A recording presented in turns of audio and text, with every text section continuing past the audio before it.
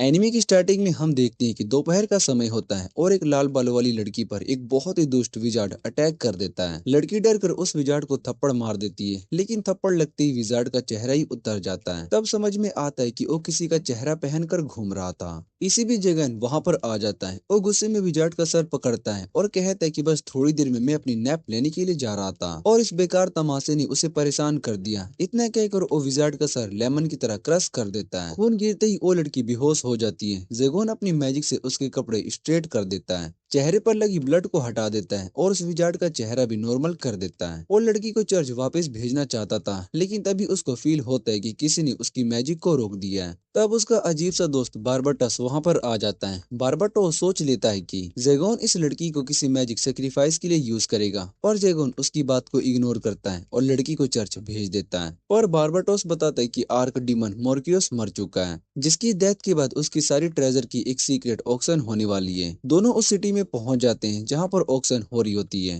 Hall पूरी तरीके से लोगों और मैजिक क्रिएचर से भरा हुआ होता है। ऑक्शन का मेन आइटम स्टेज पर लेकर आया जाता है एक सिल्वर हेयर्ड एल्फ नॉर्डन के होली लैंड से। ये एल्फ ह्यूमन से ज्यादा गॉड और नेचर के करीब होते हैं, इसलिए उनका पावर भी बहुत ही ज्यादा होता है। जेगोन ने अपनी जिंदगी में कभी भी कोई लड़की प्रॉपर्ली नहीं देखी थी, और जैसे ही वो एल्फ स्टेज पर आती है, जेगोन बिना सोचे समझे 1 मिलियन गोल्ड का बिड मार देता है। सारी जगह सब शौक हो जाते हैं। बारबाटोस मजाक में पूछते हैं कि अब जेगोन इस पर अपना एक्सपेरिमेंट करेगा, पर जेगोन हल्की सी ऑकवर्ड स्माइल देता है। जेगोन पोडियम पर जाकर एल्फ को सामने से देखता है। दिल के अंदर वो एक सिंपल सा इंसान भी होता है जो कि कुछ बोल नहीं पाता। वो उसके गले में एक चैन देखता है। ऑक्शन होस्ट बताता है कि ये चैन उसकी पावर को सील करती है और उसको कोई विजार्ड नहीं खोल सकता। जेगोन ऑकवर्डली बोल देता है कि उसकी स्वीट वॉइस को सुनने का इंतजार नहीं कर सकता, और लोग उसकी मीनिंग का बिल्कुल गलत मतलब समझ लेते हैं। बाद में जब जेगोन अपने कैसल में पहुंचता है तो वो चुपचाप बैठकर एल्फ को देखता है, जो कि उसके सामने जमीन पर शांति से बैठी होती है। जेगोन समझ ही नहीं पाता कि उसे कैसे बात शुरू करूं।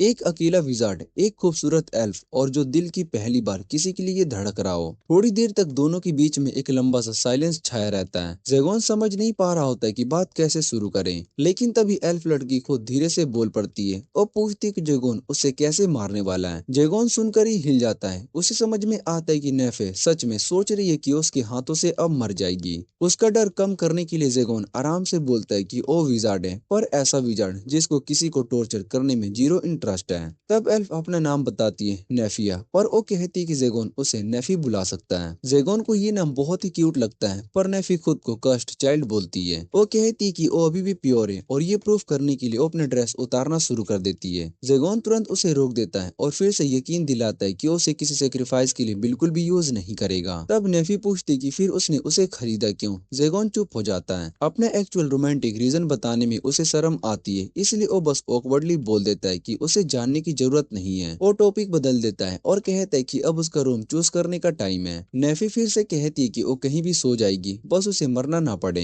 जेगोन उसकी बात को सुनकर अंदर तक हिल जाता है। तब उसे फील होता है कि नेफी बचपन से स्लेव की तरह बेची गई होगी, जिसे कंफर्ट का मतलब ही नहीं पता है। कि जेगोन को उसकी खुद की पुरानी लाइफ याद दिला देता है, जब वो गलियों में एक छोटा सा स्ट्रीट रैट था। आखिर में जेगोन उससे सीधा कहता है उसने नेफे को इसलिए खरीदा क्योंकि उसे उसकी जरूरत थी, और इसका मतलब है कि नेफे को उसके लिए जीना है और उसकी डेथ के बारे में कोई बात नहीं होगी। रूम चूज करते वक्त जेगोन टावर वाला रूम सिलेक्ट करता है, क्योंकि वहां से व्यू बहुत ही ब्यूटीफुल दिखता है। स्टेयर्स चढ़ते टाइम नेफी लगभग स्लिप हो जाती है, पर जेगोन बिल्कुल कोरियन ड्रामा स्टाइल में उसके हाथ को पकड़कर उसे गिरने से बचा लेता है। उसके बाद उसके हाथ को पकड़कर ही ऊपर तक ले जाता है, खुद को इस बात से बचाते हुए कि नेफी का हाथ कितना सॉफ्ट लग रहा है। टॉप पर पहुंचकर जेगोन रूम का दरवाजा खोलता है और तुरंत रियलाइज करता है कि रूम कभी टॉर्चर चैम्बर था। नेफी तो तुरंत अपना सर टकराने के लिए रेडी हो जाती है, पर जेगोन बिना सोचे समझे रूम के सारे टॉर्चर टूल को डिस्ट्रॉय कर देता है। फिर वो नेफी को अंदर आने देता है। जेगोन को लगता है कि ये जगह रहने लायक नहीं है, पर नेफी रूम को तुरंत एक्सेप्ट कर लेती है, क्योंकि बालकनी से मून दिख रहा होता है। और एक और सॉफ्ट सा रीजन और रूम जेगोन ने उसके लिए चूज किया था। अगली सुबह क्योंकि टावर का रूम अब भी खाली था, नेफी ने पिछली रात जेगोन के थ्रोन के पास सोया था। और जेगोन पूरी रात सो नहीं पाया क्योंकि उसकी बिल्कुल पास एक क्यूट सी एल्फ सो रही थी जिसे वो सीक्रेटली पसंद करता था।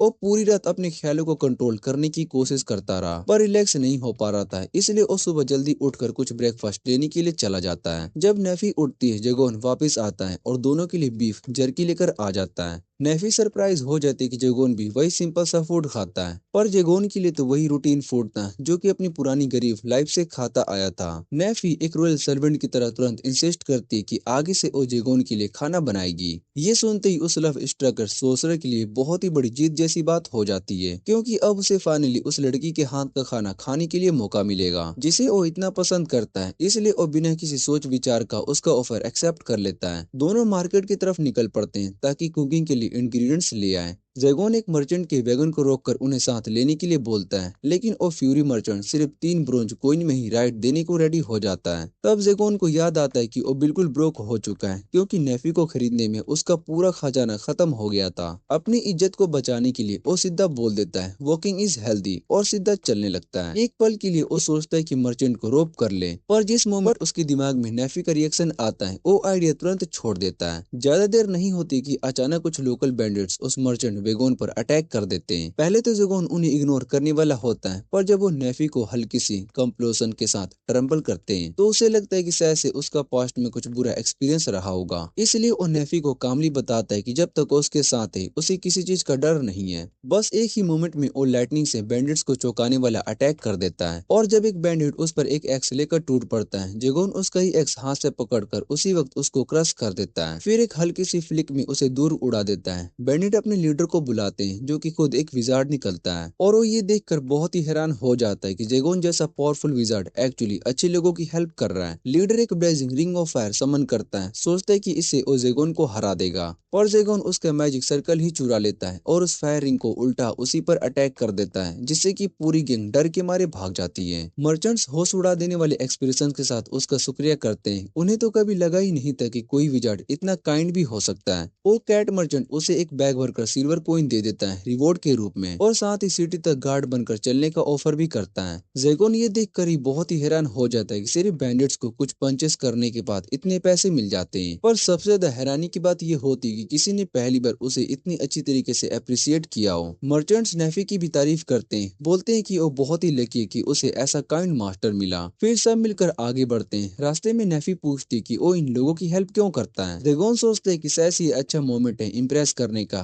कोई अच्छी सी लाइन बोल देता हूँ, पर मुंह से निकलता है एक कोल्ड सा डायलॉग, ये क्लम्स को अपनी औकात पता चलनी चाहिए। बात के तुरंत बाद उसे रिग्रेट होता है क्योंकि ये बोलकर वो थोड़ा सा इविल सा लग रहा था। जब वो फाइनली सिटी पहुंचते हैं तो जेगोन सोचता है कि नेफी के लिए क्या खरीदे। उसकी पुरानी वोंग आउट गाउन देखकर वो डिसाइड करता है कि सबसे पहले उसके लिए एक नया ड्रेस लेना होगा। वो उसे एक टेलर शॉप में ले जाता है जो कि मेनुला नाम की एक वीगन वुमेन चलाती है और जैसे जेगोन अंदर कदम रखता है मेनुला तुरंत समझ जाती है कि वो एक विजार्ड है। जेगोन और नेफी शॉपिंग कर रहे होते हैं और जैसे ही मेनुला की नजर नेफी के गले में बंधे हुए उस लॉक पर पड़ती है वो तुरंत सब कुछ समझ जाती है और नेफी को चेंजिंग रूम में ले जाती है और क्योंकि नेफी को लगता है कि ये सब उसके पुराने ओनर की वजह से हो रहा है वो बाहर एक सक्यूबस जैसा आउटफिट लेकर आती है। जेगोन उसको देखकर बहुत ही शौक हो जाता है, लिटरली वहां पर पलटने वाला होता है। वो तुरंत मेनुला से कहता है कि ये आउटफिट चेंज करो। मेनुला को आउटफिट बहुत ही पसंद होता है इसलिए वो थोड़ा सा पाउंड करती है, लेकिन नेफी का रेड फेस देखकर जेगोन इंसिस्ट करता है कि उसको प्रॉपर पहनाया जाए। लास्ट में मेनुला नेफी को एक क्यूट सा मिड आउटफिट पहनाती है जिसमें बूट्स भी होते हैं जिसके अंदर हीलिंग मैजिक भी होता है ताकि नेफी थक जाए तो ये उसके पैर को आराम से ठीक कर सके। जैसे ही नेफी वहां से निकलने लगती है मेनुला सॉफ्टली उसको बोलती है कि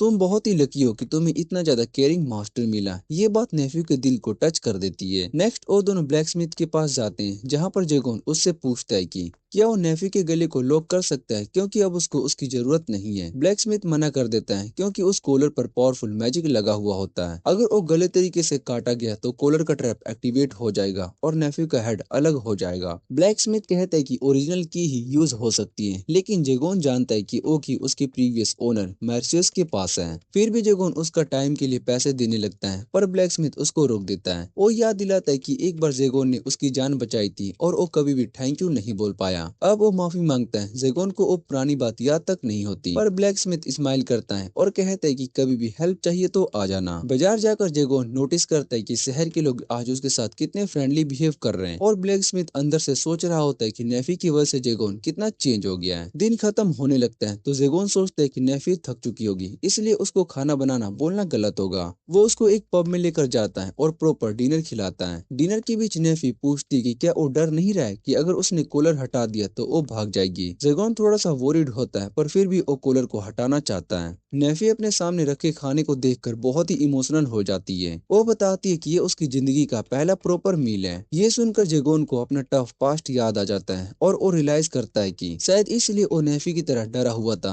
दोनों ने अपनी जिंदगी में सेम पेन ही देखे हैं। जब नेफी खाना खाने लगती है तो वो फोक को यूज नहीं कर पा रही होती है और बहुत ही एम्बेरस हो जाती है, इसलिए स्पून से एक छोटा सा चेरी टमाटो उठाकर खाती है और बहुत ही हैरान हो जाती है कि ये कितना टेस्टी कैसे है। नेक्स्ट मोमेंट जेगोन भी फोक यूज करने में फेल हो जाता है। फिर नेफी साइली उसको भी स्पून पकड़कर टमाटो खिलाने लगती है। जेगोन बहुत ही शौक हो जाता है, ब्लश करता है और बिना कुछ बोले वो टमाटो खा लेता है, और तब उसको याद आता है कि वही स्पून है जिसे नेफी ने खाया था। नेफी क्वाइटली जेगोन को बताती है क्योंकि जेगोन ने कभी उसको कोई ऑर्डर नहीं दिया, वो खुद ही उसके लिए हेल्पफुल चीजें करना चाहती है बिना बोले भी। जेगोन थोड़ा सा शॉक्ड होता है, पर फिर भी सॉफ्ट स्माइल के साथ उसकी बात को मान लेता है। उसके जवाब में जेगोन भी नेफी को एक बाइट खिलाता है, जिसे दोनों एक दूसरे को देखकर बहुत ही रेड हो जाते हैं। लेकिन जैसे ही आसपास के कस्टमर्स उन दोनों को क्यूट कपल बोलकर टीज करने लगते हैं, वो दोनों बिना कुछ बोले पब से तुरंत बाहर निकल जाते हैं। दूसरी तरफ वो रेड हेड लड़की जिसे जेगोन ने बचाया था रिवील होती है कि वो होली टेम्पर कैस्टिल की एक कैप्टन है। वो अभी तक बहुत ही शौक में थी, समझ ही नहीं पा रही थी कि एक विजार्ड जैसे जेगोन ने उसकी जान क्यों बचाई। जब वो जेगोन की शार्प आंखों को याद करती, उसे उसमें छुपा हुआ अकेलापन महसूस होता है। इसी बीच हाई प्रीस्ट आ जाता है और कहता है कि टेंशन मत लो, लेकिन तुम्हारा मिशन खत्म नहीं हुआ है। उसने स्लेन विजार्ड की आउट हाइड को इन्वेस्टिगेट किया है और वो क्लेम करता है कि सिटी में जो किडनैपिंग हो रही है उसके पीछे जेगोन का हाथ है। कैस्टिल तुरंत मना कर देती है। वो कहती है कि जेगोन ऐसा नहीं कर सकता, पर हाई प्रीस्ट के लिए ये मैटर नहीं करता। उसके लिए जेगोन एक विजार्ड है और विजार्ड मतलब चर्च का दुश्मन। कैस्टिल ये बात सुनकर और भी ज्यादा डिटरमाइंड हो जाती है और वो डिसाइड करती है कि वो खुद प्रूफ करेगी कि जेगोन इनोसेंट है। अगली सुबह जेगोन अपने पास्ट का एक छोटा सा ड्रीम देखता है। जब वो छोटा था और एक पावरफुल विजार्ड उसे मारने वाला था, तब जेगोन किसी तरह उसका मैजिक चुरा लेता है। ड्रीम यहाँ पर अधूरी खत्म हो जाती है क्योंकि नेफी उसको जेंटली जगा देती है। जेगोन के लिए फर्स्ट टाइम होता है जब उसको कोई प्रॉपर गुड मॉर्निंग कह पाता है, और ये उसके लिए एक अचीवमेंट जैसा फील होता है। डाइनिंग रूम में जाकर वो बहुत ही शौक हो जाता है। पूरा घर साफ चमक रहा होता है और नेफी ने ब्रेकफास्ट के लिए फ्रेश ही बेकेड ब्रेड भी बनाकर रखा होता है। जेगोन को अपने घर में ये सब एक मिरेकल जैसा लगता है। नेफी की लंबी एज थोड़ा सा ट्विच करते हैं और जेगोन समझ जाता है कि ये उसकी खुशी का साइन है। टेबल पर सिर्फ एक प्लेट और एक चेयर को देखकर वो पूछते क्या नेफी ने खाना खा लिया। नेफी क्वाइटली बोलती कि वो सिर्फ उसके लिए कुक करती है, खुद के लिए नहीं। जेगोन को ये बात बिल्कुल भी पसंद नहीं आती। वो इंसिस्ट करता है कि नेफी उसके साथ ही खाए और बिना सोचे बोल देता है कि उसके लैब पर ही बैठकर खाए, बिल्कुल सेंटा क्लॉज स्टाइल में। नेफी बहुत ही शौक में फ्रीज हो जाती है और जेगोन का फेस तुरंत टमाटो जैसा रेड हो जाता है क्योंकि उसको समझ में नहीं आता है कि उसने क्या बोल दिया। पर नेफी धीरे से एक्सेप्ट कर लेती है और जेगोन की लैब में बैठ भी जाती है। फिर दोनों एक ही प्लेट में शेयर करते हुए एक दूसरे को खाना खिलाते हैं और सरप्राइजली दोनों इस मोमेंट को एंजॉय करते हैं। कुछ दिनों बाद जेगोन लाइब्रेरी में स्टडी कर रहा होता है जब नेफी क्वाइटली उसके पास आती है। वो एडमिट करती कि वो कोई स्पेल कास्ट नहीं कर पाती और जेगोन बहुत ही हैरान हो जाता है। इतनी पावरफुल एनर्जी होने के बावजूद स्पेल यूज ना कर पाना कैसे पॉसिबल है। ये तो ऐसे ही है जैसे कोई 9-tailed फॉक्स अंदर ही लॉक हो गई हो। जेगोन डिसाइड करता है कि वो उसको सब कुछ सिखाएगा। वो बताता है कि मैजिक सर्कल को लेयर करके स्पेल को सुपर स्ट्रॉन्ग बनाया जा सकता है, लेकिन ये टेक्निक बहुत ही डेंजरस होती है। अगर माना कंट्रोल परफेक्ट ना हो तो ये कॉम्बिनेशन लिटरली एक्सप्लोड हो सकता है, लेकिन अगर मास्टरिंग हो जाए तो ये अनइमेजिनेबल पावर दे सकता है। जेगोन पहले ही समझ चुका होता है कि नेफी के अंदर एक सच्चा मैजिशियन बनने का पोटेंशियल है। नेफी उससे पूछती कि वो इतनी शक्ति क्यों चाहता है, और ये सवाल सुनकर जेगोन थोड़ा सा हिल जाता है क्योंकि उसने कभी इस बारे में खुद से नहीं सोचा था।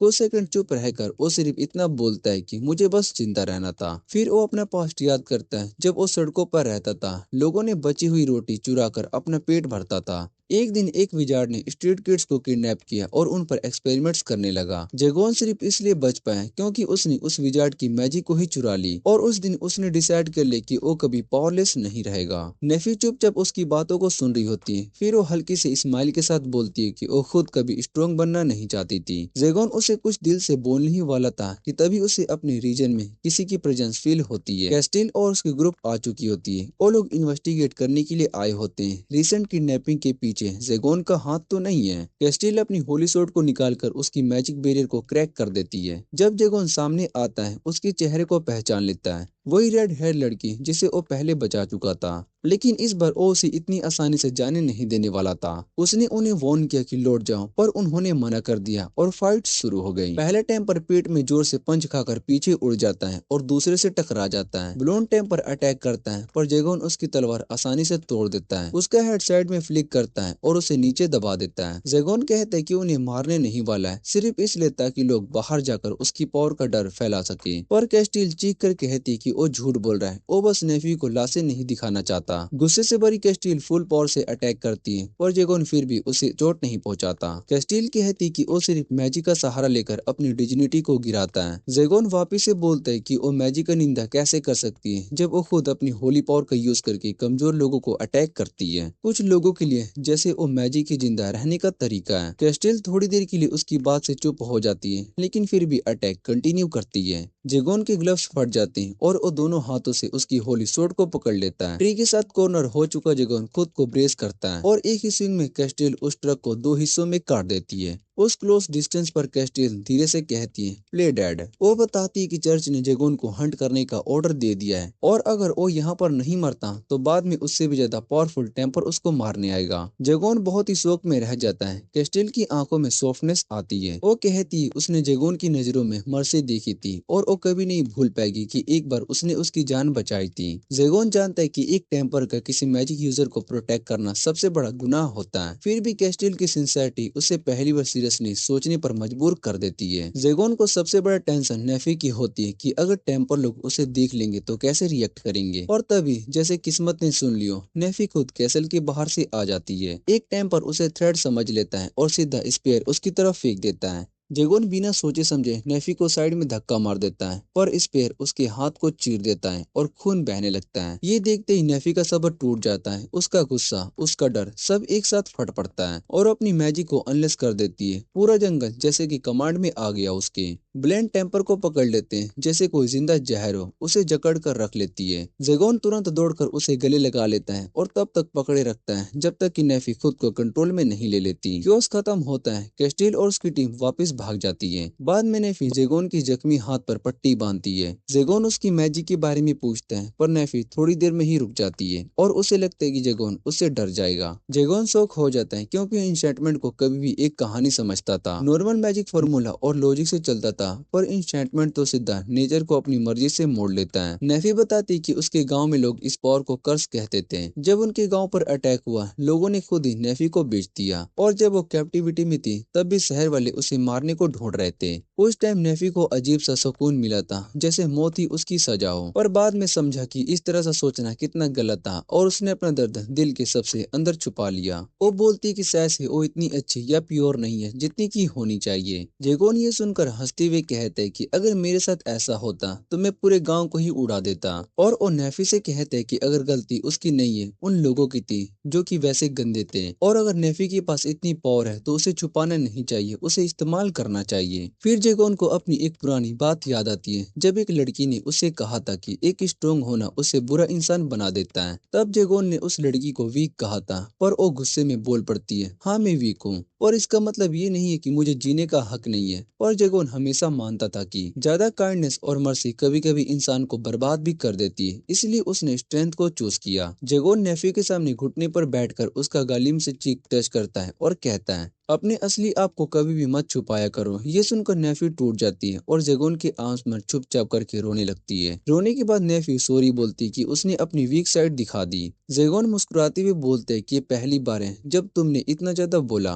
नेफी शर्मा जाती है और लाल हो जाती है और बात संभालने की बात पूछती है, आपका हाथ अब कैसा है? तब जेगोन को रियलाइज होता है कि उसे तो अब कोई पेन ही महसूस नहीं हो रहा है। जब जेगोन अपने बैंडेज उतारता है तो उसका हाथ पूरी तरीके से हील हो चुका होता है। उसे तुरंत समझ में आ जाता है कि जब उसने नेफी का गला टच किया था तो उसकी इंशेंटमेंट पावर उसे हील कर दिया। वो शुक्रिया बोलता है। रात को नेफी पिलर की पीछे से निकलकर धीरे से पूछती है कि क्या जेगोन उसके साथ सोने आएगा। जेगोन बहुत ही शौक हो जाता है और उसका दिमाग अलग ही डायरेक्शन में चला जाता है, पर नेफी समझ जाती है कि वो बस चाहती है कि वो दोनों एक ही बेड पर सोएं, क्योंकि जेगोन हमेशा उसे थ्रोन चेयर पर ही सोता है। जेगोन ऑकवर्ड होकर मना कर देता है, पर नेफी पहले से ये एक्सपेक्ट करती थी और उसके सामने बैठकर अपनी गोद को पिलो की तरह ऑफर कर देती है। जेगोन मना नहीं कर पाता और अपना हेड उसके सॉफ्ट थिंग पर रख देता है। ऊपर देखते ही उसका दिल तेज धड़कने लगता है, क्योंकि सीन इतना ब्यूटीफुल होता है। शांत पल में जेगोन पूछते कि वो ये सब क्यों कर रहा है। नेफी मुस्कुराते हुए बोलती कि उसका शुक्रिया करना चाहता है कि उसने उसे अपने साथ रहने दिया और अपनी पावर को यूज करने का हक दिया। जेगोन उसका फेस टच करते हुए पूछते कि क्या वो अपनी इंशेंटमेंट पावर को और अच्छे से कंट्रोल करना चाहेगी। वो कहते हैं कि अगर वो सीख गई तो वो खुद को प्रोटेक्ट कर पाएगी। नेफ्यू डाउट में पड़ जाती है कि क्या वो इतनी स्ट्रॉन्ग बन पाएगी।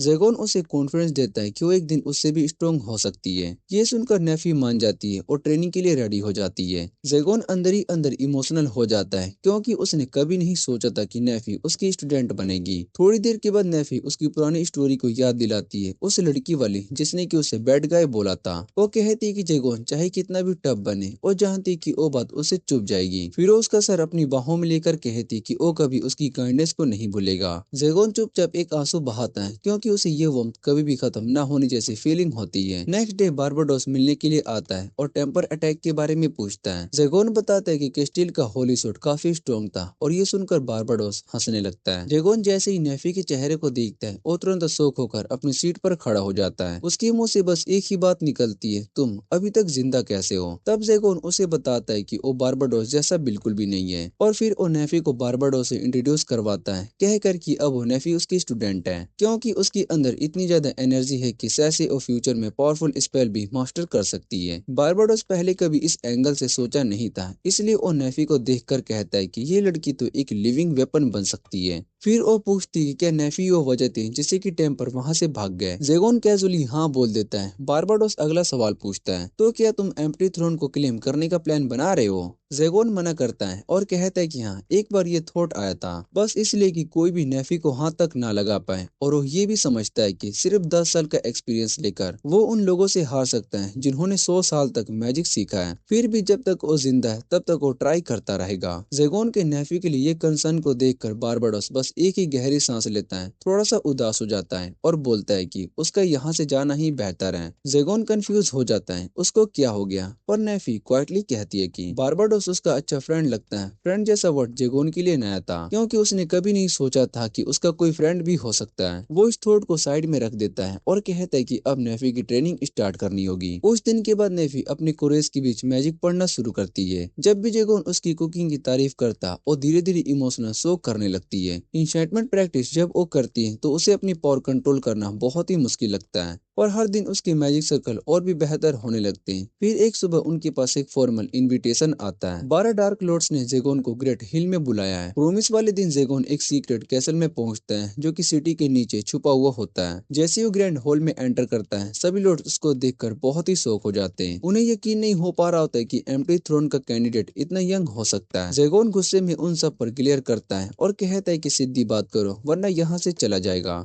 एक लॉर्ड उसकी प्राइड पर हंस पड़ता है, फिर आगे बढ़कर अनाउंस करता है कि जेगोन को 13 डार्क लॉर्ड चूज किया गया है। वो उसको डार्क लॉर्ड का मालिक दिखाता है और समझाता है कि थ्रोन लेने के लिए जेगोन को इसे एक्सेप्ट करना होगा, बिल्कुल वैसे ही जैसे कि सबने किया था। जेगोन उस मार्ग से निकल रही पावर को फील करता है, वही सेम एनर्जी जो कि सभी डार्क लॉर्ड्स के अंदर थी। वो फाइनली पूछता है कि जब बाकी लोग इतने स्ट्रॉन्ग हैं तो उसको क्या चूज किया। एक और लॉर्ड जवाब देता है कि जेगोन के अंदर पावर तो है, और उनका सबसे बड़ा टैलेंट सर्वाइवल है। पहले विजार्ड जिसे जेगोन ने हराया था, एड्रेस द कस्ट, वो भी नॉर्मल इंसान नहीं था, फिर भी जेगोन ने उसे इतनी कम एज में ही डिफीट कर दिया था।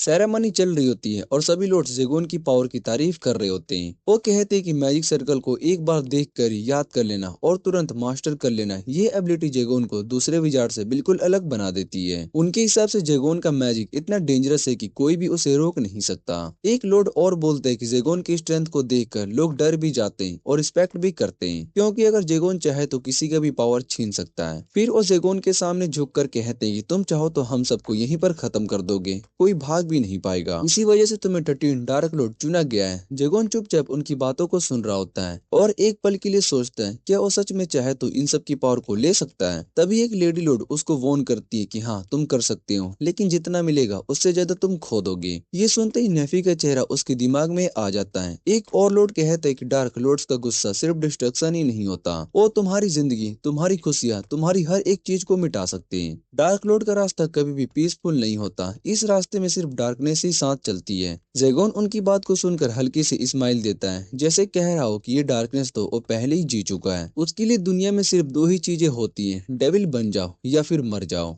और जेगोन जीना चूज करता है और इसलिए वो डार्क लॉर्ड बनना एक्सेप्ट करता है, लेकिन एक कंडीशन पर। सेरेमनी के बाद जेगोन वापस अपने कैसल में आता है। नेफी किचन में डिनर बना रही होती है। जब जेगोन हैवी एक्सप्रेशन के साथ अंदर आता है और नेफी को सच बताता है कि अब वो डार्क लॉर्ड बन चुका है और इस पावर से उसकी कर्स चैन को वो फाइनली अनलॉक कर सकता है। फिर जेगोन उसकी चैन को तोड़कर कहता है कि अब तुम फ्री हो, डार्क लॉर्ड को तुम्हारी जरूरत नहीं है। अगले सीन में नेफी खुद को एक डार्क गली में अकेली पाई जाती है। उसे याद आता है गरम गरम डिनर और छोटा घर जहाँ पर वो सेफ फील करती थी, और फिर उसकी नेक में लटकी हुई चैन का खुला लॉक। उसकी दिमाग में सिर्फ एक ही बात गूंज रही होती है, जेगोन ने उसे जाने दिया बिना पलटे। कुछ देर के बाद कैस्टिल उसे ढूंढ लेती है और नेफी को एक कोने में बैठकर देखती है और पूरी तरीके से शौक में। कैस्टिल उसके पास घुटनों पर बैठकर प्यार से पूछती है क्या तुम ठीक हो, पर नेफी की आंखों में और दर्द भी होता है और डिस्पेयर में डूबकर कैस्टिल को अपनी जिंदगी देने की बात कह देती है। कैस्टिल भी उसकी अजीब सी हालत देखकर बहुत ही डर जाती है। उन दोनों को देखकर आसपास के लोग रुकने लगते हैं, गॉसिप चल पड़ती है। सब लोग कहते हैं कि ये वही नेफी है जो कि एक विजार्ड के साथ रहती थी, और अब सब ये अज्यूम कर लेते हैं कि कैस्टिल उसे बुली कर रही है बस इसलिए क्योंकि नेफी एक विजार्ड के साथ थी।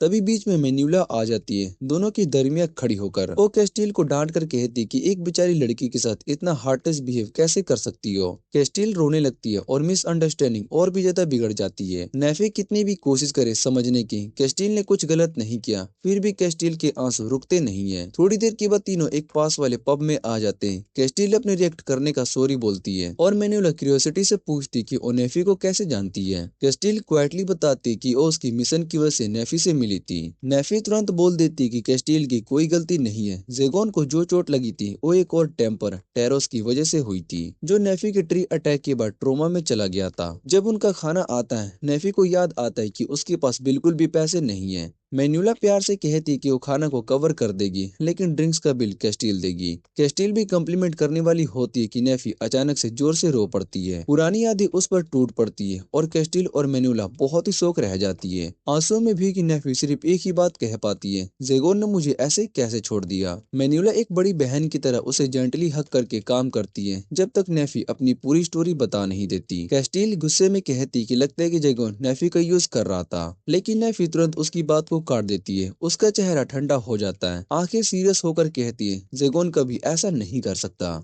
मेन्यूला पूछती क्या जेगोन ने उसे भेजने से पहले कुछ अजीब बात की थी। तब नेफी को याद आता है कि जेगोन ने कहा था कि वो डार्क लॉर्ड बन गया है। मेन्यूला समझाती कि उनका शहर 13 डार्क लॉर्ड मर्क्यूस के रूल में था, लेकिन उनकी डेथ के बाद शहर में सिर्फ मुसीबत ही मुसीबत आ रही है। कैस्टिल बताती है कि पिछले कुछ हफ्तों में कई लड़कियां गायब हो चुकी है। मेन्यूला कह देती है कि कल्प्रिट एक विजार्ड था जिसे लोग फेस स्टेकर कह देते और चर्च में उसे ऑलरेडी पकड़ लिया था। फिर वो चर्च के टैक्सेस और उसके सो कॉल्ड सर्विसेज ऑफरिंग के बारे में गुस्सा निकालती है। कैस्टिल कुछ बोल भी नहीं हो रही होती है, लेकिन नेफी उसका हाथ पकड़कर सॉफ्टली कहती कि इसमें कैस्टिल की कोई गलती नहीं है। कैस्टिल अपने आंसुओं के पीछे हल्की से स्माइल देती है और तभी समझ में आता है कि जेगोन नेफी को इतना प्रोटेक्ट क्यों करता था। बातें वापिस से डार्क लॉर्ड की तरफ चली जाती है। कैस्टिल समझाती है कि डार्क लॉर्ड को पूरा इविल माना जाता है, वो इविल जिसे चर्च को डिस्ट्रॉय करना होता है। चर्च के पास 12 होली सोर्ड्स हैं और हर सोर्ड में एक डार्क लॉर्ड को मारने के लिए बनाई गई है। अगर ये नया 13 डार्क लॉर्ड उठकर आ गया तो चर्च उसका शिकार करेगा। नेफी चुपचाप समझ जाती है, शायद इसीलिए जेगोन ने उसे फ्री किया। इसके बाद कैस्टिल सॉफ्टली पूछती है जेगोन मैजिक में कितना स्ट्रॉन्ग है और क्या वो कभी अपनी पावर बढ़ाने के लिए ह्यूमन सेक्रीफाइस करेगा। नेफी तुरंत मना कर देती है और कहती है कि जेगोन कभी भी कमजोर लोगों में इंटरेस्ट नहीं दिखाता,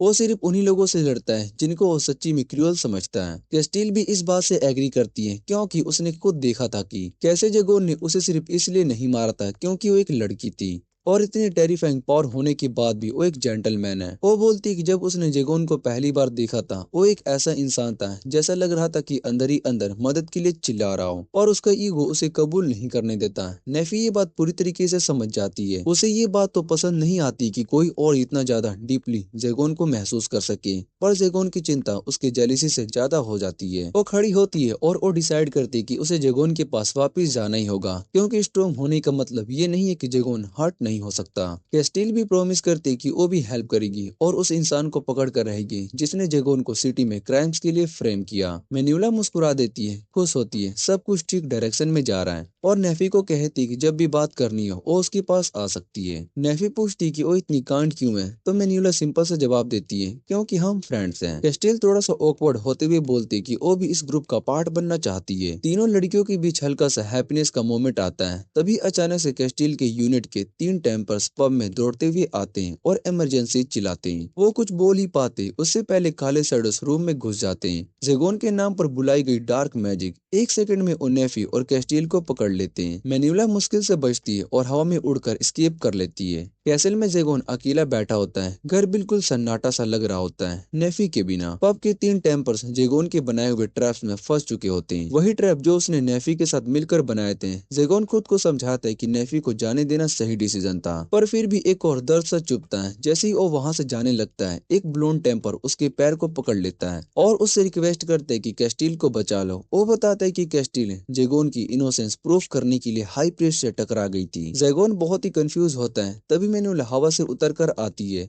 और चिल्लाकर बताती कि नेफी और कैस्टिल दोनों को किडनैप कर लिया गया है। जेगोन के हाथ खुद जाते हैं। वो कंफ्यूज हो जाता है, एक्शन ले या फिर चुप रहे। वो जानता है कि अगर वो कुछ करता है तो चर्च को नेफी के साथ उसका बॉन्ड पता चल जाएगा और नेफी को हेरेटिक डिक्लेयर कर दिया जाएगा। पर इससे पहले क्यों हेजिटेट करे। मेन्यूला गुस्से में जेगोन को बोलती है कि नेफी सच में उसके साथ रहना चाहती है और वो इतना हार्टलेस कैसे हो सकता है। उसकी बातें जेगोन के दिल में तलवार की तरह उतर जाती है। उसे याद आता है कि इतनी सारी पेनफुल बातें सुनने के बाद भी नेफी उसके साथ रहना चाहती थी। इसी रियलाइजेशन के साथ उसका दिमाग बिल्कुल क्लियर हो जाता है। वो एक्सेप्ट करता है कि हाँ, मैजिक यूजर सेल्फिश होते हैं। फिर भी वो धीरे से बोलता है कि वो खुद भी सेल्फिश है क्योंकि नेफी उसकी है और जो भी उसे छूने की हिम्मत करेगा उसकी जिंदगी की कीमत चुकानी ही पड़ेगी। ये बोलते ही जेगोन खड़ा हो जाता है। उसकी आंखों में पूरा गुस्सा जल रहा होता है। मेनुला और 3 टेम्पर्स तुरंत उसके साथ खड़े हो जाते हैं, नेफी और कैस्टिल को बचाने के लिए रेडी। मेन्यूला पूछती कि क्या वो जानता है कि ये सब किसने किया। जेगोन अपनी नजर को नीचे कर लेता है और हैवी वॉइस में कहता है हाँ, वो गैस कर सकता है। इधर एक अंधेरी केव के अंदर नेफी दर्द से आंखें खोलती है। वो चैन में बंधी होती है। कैस्टिल उसके बिल्कुल पास होती है। सैकलेस पर लगी कर्स उसकी एनर्जी को धीरे धीरे खा रही होती है, उसकी पावर को पूरा सील कर देती है। तभी अंदर से एक फेमिलियर वॉइस गूंजती है और बारबाडोस सामने आ जाता है। नेफी होश में ही भर जाती है और गुस्से में पूछती है तुमने ऐसा क्यों किया, और जेगोन का दोस्त होना चाहिए था तुम्हें।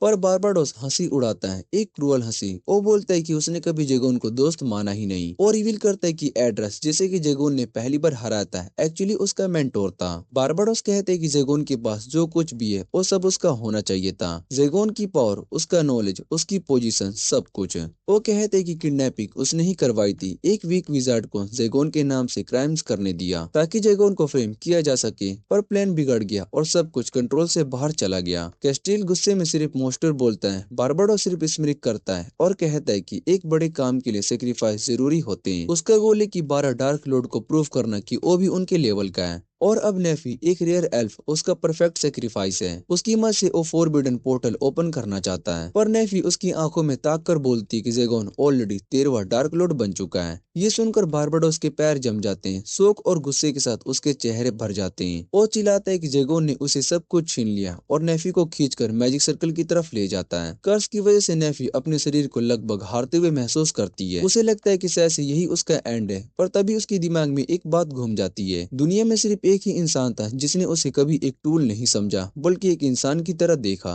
और वो जेगोन था। ये सोचकर उसके अंदर एक तेज फ्लेम जाग जाती है और जोर से चिल्लाकर कहती है, मैं सिर्फ जेगोन की हूँ और कोई भी मुझे उससे दूर नहीं कर सकता। बारबाडोस गुस्से में उस पर हाथ उठाने वाला होता है कि अचानक से पूरा केव एक ह्यूज एक्सप्लोजन से हिल उठता है और धुएं के बीच जेगोन सामने खड़ा होता है। बारबाडोस एक ही पल में समझ जाता है कि उसके सारे ट्रिक्स एक्सपोज हो चुके हैं। वो गुस्से में जेगोन से पूछते कि उसने ये सब कब समझा। जेगोन बिल्कुल कूल वॉइस में बोलता है कि ये बहुत ही सिंपल था। वो एक्सप्लेन करता है कि फेस टेलर जैसा वीक विजार्ड उसकी पावर बैरियर को क्रॉस नहीं कर सकता। वो तो एक बेकार सीरू था जो कि मर्सी की भीख मांगकर मर गया। इसलिए जेगोन को तुरंत समझ में आ चुका होता है कि उसका बैरियर सिर्फ एक ही इंसान तोड़ सकता था, बारबाडोस। पर असली क्लू तब मिलता है जब बारबाडोस उसके पास आया था, सिर्फ इसलिए क्योंकि उसने सुना था कि जेगोन को एक होली टेम्पर ने अटैक किया था। उस वक्त ही सब कुछ ऑब्वियस हो गया था, लेकिन जिस बात ने जेगोन को अंदर तक जला दिया वो ये था कि बारबाडोस ने नेफी को हर्ट किया, और ये चीज है कि जेगोन को कभी भी उसके खिलाफ माफ नहीं कर सकता। एक सेकंड भी वेस्ट ना किए बिना जेगोन लाइट की स्पीड से मूव करता है। वो बारबाडोस का हाथ और पैर एक ही अटैक में तोड़ देता है, उसको बिल्कुल पैरालाइज कर देता है। फिर तुरंत नेफी के चैन को तोड़कर उससे पूछता है, क्या तुम ठीक हो?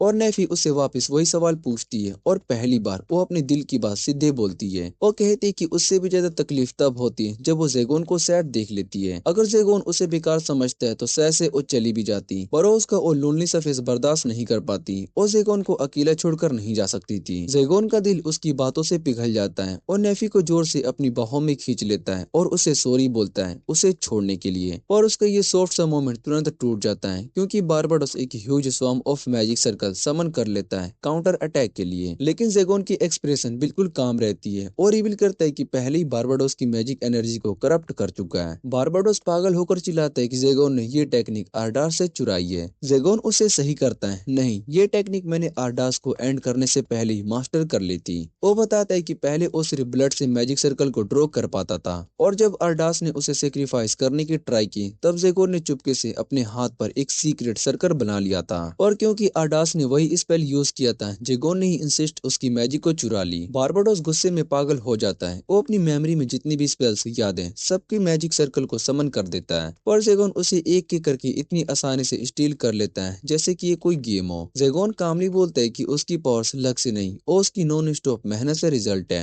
और रातों रात लाइब्रेरी के सारे बुक्स को पढ़ गया, इतना कि लोग उसे अवॉइड करने लगे। सिर्फ एक इंसान उसके पास रहता था, बारबाडोस, और जेगोन सोचता था कि शायद से उसका फ्रेंड है। पर बारबाडोस सिर्फ क्यूरियस था, जानना चाहता था कि जेगोन एक्चुअली कैसा इंसान है। और अब जेगोन उसका ये जवाब दिखाता है, by controlling every single magic circle Barbados ने कभी सीखा था जो उससे। यही जेगोन का असली मास्टर था। और फिर नए क्राउड डार्क लॉर्ड के रूप में जैन अपनी असली टाइटल अनाउंस करता है, जैन द विजार्ड स्लेयर। उसके वर्ड्स के तुरंत बाद उसकी अपग्रेड मैजिक सर्कल एक मैसिव डिस्ट्रक्शन की वेव पूरी तरीके से केव को हिला देती है। बारबाडोस जमीन पर गिर पड़ता है, उसके मुंह से खून बह रहा होता है। उस मोमेंट में उसे समझ में आ जाता है कि चाहे वो डार्क लॉर्ड के में शामिल ना हो पाए, वो कभी जेगोन को क्रॉस नहीं कर सकता। सांस लेने में तकलीफ होती है, वो अपनी एरोगेंस के लिए माफी मांगता है और डिस्प्रेशन में फ्रेंडशिप का कार्ड भी प्ले करता है। जेगोन धीरे से उसके पास आता है, उसकी आई बिल्कुल कोल्ड, और वो सीधा बोलता है, तुम कभी मेरे फ्रेंड थे ही नहीं। फिर अपने मैजिक चार्ज पंच की तरफ भगाता है, पर वो पंच बारबाडोस के फेस के बिल्कुल पास जमीन पर लगता है। इस एक ही हिट से बारबाडोस अंदर तक हिल जाता है। बारबाडोस डर और पागलपन की मिक्स हंसी के साथ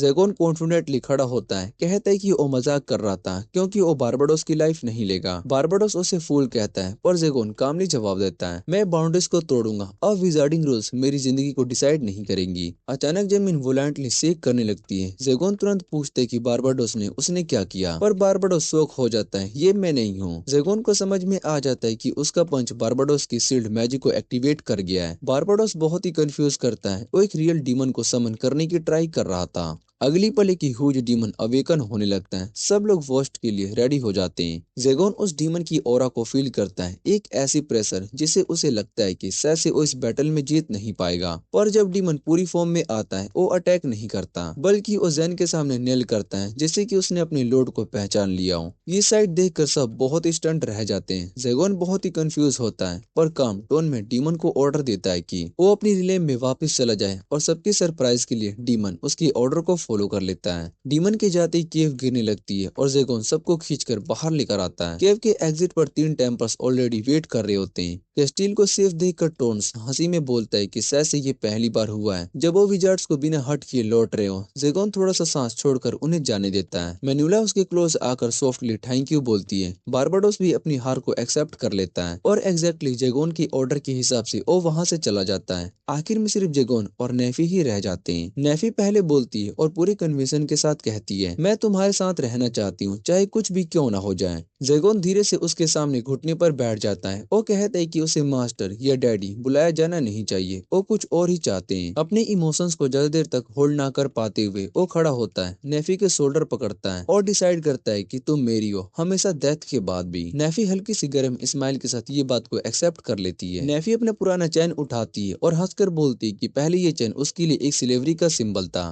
पर अब वो चाहती कि जेगोनी उसे उसके गले में ये पहनाए, क्योंकि अब उनके बॉन्ड की शुरुआत हो चुकी है। जब नेफी उसे पूछती कि हमारा रिलेशनशिप आखिर है क्या, तो जेगोन इतना पावरफुल होने के बाद भी दब जाता है, क्योंकि वो अभी तक प्यार के बारे में कुछ भी नहीं जानता। कुछ दिन ऐसे ही बीत जाते हैं और कैस्टिल अपनी होली सोड वापस चर्च में देने जाती है। उसका कहना होता है कि अब इस सोड को वोरिड करने लायक नहीं है, क्योंकि ओजेगोन जो कि चर्च को दुश्मन माना जाता है उसकी मदद करना चाहती है। हाई प्रीस्ट सोड को ले लेता है और बताता है कि कैस्टिल को अब पनिशमेंट फेस करनी पड़ेगी। पर असली प्रॉब्लम सोड खुद होती है, क्योंकि ये होली सोड अपने मास्टर को खुद चूज करता है और उसके लिए ये गलत लग रहा होता है कि जिस वॉरियर को उसने चुना है अब वो उसको पनिश नहीं किया जा रहा है। हाई प्रीस्ट उसकी सारी सर्विस को याद करते हुए वादा करता है कि वो कैस्टिल को बचाने की पूरी कोशिश करेगा। लेकिन तब एक और स्ट्रॉन्ग होली टेम्पर राफेल हाइड्रोल उनके सिटी में आने वाला होता है। कोई नहीं जानता है कि किस काम से वो आ रहा है, पर कैस्टिल को डर लगने लगता है कि शायद से वही उसे जज करने के लिए भेजा गया हो। इधर जेगोन लाइब्रेरी में डूबा हुआ होता है, डार्क लॉर्ड्स की पावर और डीमन से उनके कनेक्शन के बारे में कुछ भी इंफॉर्मेशन ढूंढने की कोशिश करते हुए, पर कितनी भी किताबें पढ़ ले उसके सवालों का जवाब नहीं मिलता। तभी नेफी चुपके से उसे सरप्राइज करने के लिए आती है, पर जेगोन पहले ही उसके प्रेजेंस को महसूस कर लेता है। हाई डिफरेंस की वजह से नेफी का सरप्राइज अटेम्प्ट फेल हो जाता है और वो थोड़ी एम्बेरेस्ड होकर पीछे हट जाती है। फिर भी वो प्यार से स्माइल के साथ बोलती है कि वो वोरिड है कि जेगोन ज्यादा ओवरवर्क ना कर ले। जेगोन उसकी क्यूटनेस से अपनी इमोशन कंट्रोल कर नहीं पाता। नेफी बताती कि उसने मेनुला की न्यू रेसिपी से लंच बनाया है और मेनुला ने उसे बहुत ही सारी डिशेस भी बनानी सिखाई है। जैसे ही दोनों खाना टेस्ट करते हैं, जेगोन को यकीन नहीं हो रहा होता है कि इतना टेस्टी चीज एग्जिस्ट भी कर सकती है। नेफी बताती कि उसने पुडिंग भी बनाई है और ये एग्स और क्रीम से बनती है, जिसके बारे में जेगोन को जरा सा भी नॉलेज नहीं होता। जब जेगोन पुडिंग को देखता है वो समझ नहीं पाता है कि इसे खाना कैसे है। नेफी स्पून देखकर उसे गाइड करती है और जैसे वो एक छोटा सा स्पून फुल लेता है वो बिल्कुल शौक हो जाता है कि टेस्ट का दुनिया में कितना कुछ भी हो जाए उसे कभी महसूस नहीं किया। तभी अचानक कैसल पूरा हिलने लगता है, जेगोन का बैरियर टूट जाता है और एक जायंट ड्रैगन अंदर घुस जाता है। ये वोल्फोर होता है, अपनी भयानक आवाज के साथ जेगोन को चैलेंज करने के लिए आया हुआ। जेगोन उससे कहता है कि रुक जाओ, पहले मैं अपनी पुडिंग को फिनिश कर लूं, पर वेलफोर इसे इंसल्ट समझ लेता है और सीधा अटैक कर देता है। पुडिंग खराब होते ही जेगोन का गुस्सा फूट पड़ता है और वो बिना एक सेकंड वेस्ट किए वेलफोर को एक झटके में ही हॉल के बाहर उड़ा देता है। जब उसका हेलमेट जमीन पर गिरता है, नेफी बहुत ही शौक हो जाती है, क्योंकि वो कोई मॉन्स्टर नहीं बल्कि एक लड़की होती है। जेगोन भी थोड़ा सा ऑकवर्ड फील करता है, जैसे कि उसने कुछ गलत कर दिया हो या फिर बोल दिया हो, और बिना टाइम वेस्ट किए वो वेलफोर को उठाकर गेस्ट बेडरूम में रख देता है ताकि वो रेस्ट कर सके। कुछ देर के बाद वेलफोर होश में आता है, फिर वो जेगोन पर अटैक करने की कोशिश करती है, पर जेगोन उसे आसानी से पकड़ लेता है और कामली बोलता है कि पहले नेफ्यू का थैंक यू कर दूं, क्योंकि अगर वो यहाँ पर नहीं होती तो उसका सर बास्केटबॉल की तरह उड़ा देता।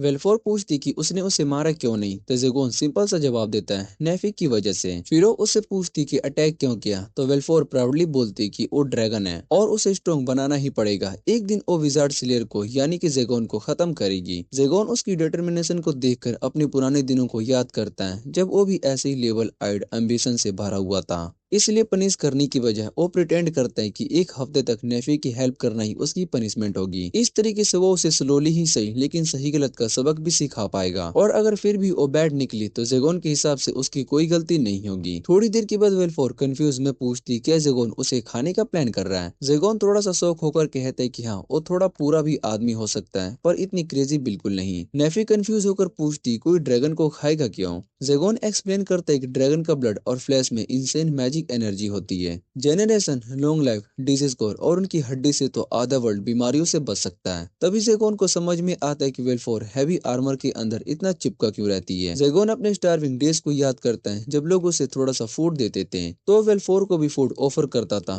वेल्फोर पहले तो इंसल्ट करती थी और खाना फेंकने के लिए जा रही थी। तभी जेगोन डराते हुए वॉर्न करता है कि अगर नेफ्यू का बनाया हुआ खाना वेस्ट किया तो उसे डायरेक्टली पूबे ब्रांड से मिलवा देगा। ये सुनते ही वेल्फोर शांत हो जाती है और एक बाइट में खाना खा लेती है और खत्म कर देती है। इतना टेस्टी लगता है उसे। उसके बाद जेगोन लाइब्रेरी चला जाता है। वेल्फोर कहती कि स्टूपिड है जो कि नेफ्यू के साथ छोड़कर जा रहा है, और जेगोन कॉन्फिडेंटली कहते कि जो वो चाहे कर ले और नेफ्यू के सामने कुछ भी नहीं कर सकती। जेगोन दूर से दोनों को ऑब्जर्व करता है और धीरे धीरे वेल्फोर नेफ्यू के साथ लॉन्ड्री में हेल्प करने लगती है। नेफ्यू का कुकिंग देखकर वो बहुत ही इंप्रेस हो जाती है और कहती कि अब नेफ्यू उसकी फ्रेंड है। जेगोन को लेकर उसकी फीलिंग मिक्स्ड रहती है। उसे लगता है कि वो अजीब है क्योंकि वो अपनी रियल पावर छुपा कर रखता है, फिर भी उसके साथ काइंडनेस से बिहेव करता है। इसलिए वो नेफी से क्वाइटली पूछती है कि वो जेगोन के साथ रहती क्यों है। नेफी सॉफ्ट स्माइल के साथ कहती है हाँ, जेगोन ने उसे बाय किया था पर कभी भी एक टॉय की तरह ट्रीट नहीं किया, बल्कि उसने हमेशा उसे एक नॉर्मल इंसान की तरह एक्सेप्ट किया। वेल्फोर के अंदर उसकी बात कुछ ऐसा ट्रिगर करती है जो कि उसने कभी फील नहीं किया था। कुछ दिन बीत जाते हैं और धीरे धीरे वेल्फोर उन दोनों के साथ रहने की आदत डालने लगती है और नेफे के साथ बिना एक भी शिकायत किए हार्ड वर्क करती रहती है। एक शाम जब जैन डीमन लॉर्ड की लोकेशन ढूंढने में बिजी होता है, वेल्फोर उसे डिनर के लिए बुलाती है। जैन नॉर्मल तरीके से आकर बैठ जाता है लेकिन वेल्फोर उसे वॉर्न करती कि एक दिन वो पीछे अटैक भी कर सकती है। जैन बस हल्का सा स्माइल करता है जैसे बारबाडोस की याद आ गई हो और वो बोलता है बिल्कुल ट्राई कर लेना, पर अगली हारी तुम्हारी कोर्सेस डबल हो जाएंगे। टेबल पर बैठी हुए वेल्फोर पहले दिन वाले अटैक के लिए बहुत ही साइली सॉरी बोलती है। जैन को लगता है कि वो फाइनली काम हो रही है, इसलिए वो डिसाइड करते कि कैसल एक्सप्लोर करते वक्त उसके साथ ले जाएगा। लेकिन ये सुनते ही वेल्फोर गुस्सा हो जाती है और पूछती कि वो उस पर इतना ट्रस्ट कैसे कर सकते हैं जबकि वो एक ड्रैगन है। जैन क्वाइटली जवाब देता है कि उसे फर्क नहीं पड़ता कि वो ड्रैगन है या फिर कुछ और, क्योंकि उसके घर में वो सिर्फ एक लड़की है और उसे बस उसी की तरह बिहेव करना है। ये वर्ड सुनकर वेल्फोर बिल्कुल फ्रीज हो जाती है। उसे कभी किसी ने ऐसे ट्रीट नहीं किया। ओवरवेल्म होकर वो रोने लगती है। जैन ऑकवर्डली उसकी हेड पर अपने हाथ को रखकर बोलता है नेफी के खाने में टीयर्स मत गिरा देना। वो सोप्स के बीच में सर हिलाती है और कहती कि आज से उसे अपना फ्रेंड भी मान सकती है। उस रात वेल्फोर स्पून पकड़े पकड़े ही सो जाती है। जब जैन जेंटली उसका स्पून निकालने की ट्राई करता है, वो उसकी फिंगर को ही पकड़ लेती है और नींद में अपने फादर के बारे में कुछ बोलती रहती है। नेफी चुपचाप ये सीन देखकर स्माइल करती है और कहती कि लगता है कि जैसे तुम दोनों ने एक बच्चा पाल लिया हो। उन दोनों के चेहरे एकदम लाल हो जाते हैं और बिना कुछ बोले एक दूसरे का हाथ पकड़ लेते हैं। कैसल का काम स्टार्ट करते ही वेल्फोर एक जर्नल बनने लगती है जिसमें वो क्लीनिंग, लॉन्ड्री और कुकिंग के बारे में सब कुछ लिखती है। लेकिन सबसे ज्यादा जिस चीज की टेंशन लेती है वो है जैन और नेफी की बॉन्डिंग। एक बार उसने नेफी को चुपचाप जैन का चेहरा देखते हुए सुना था,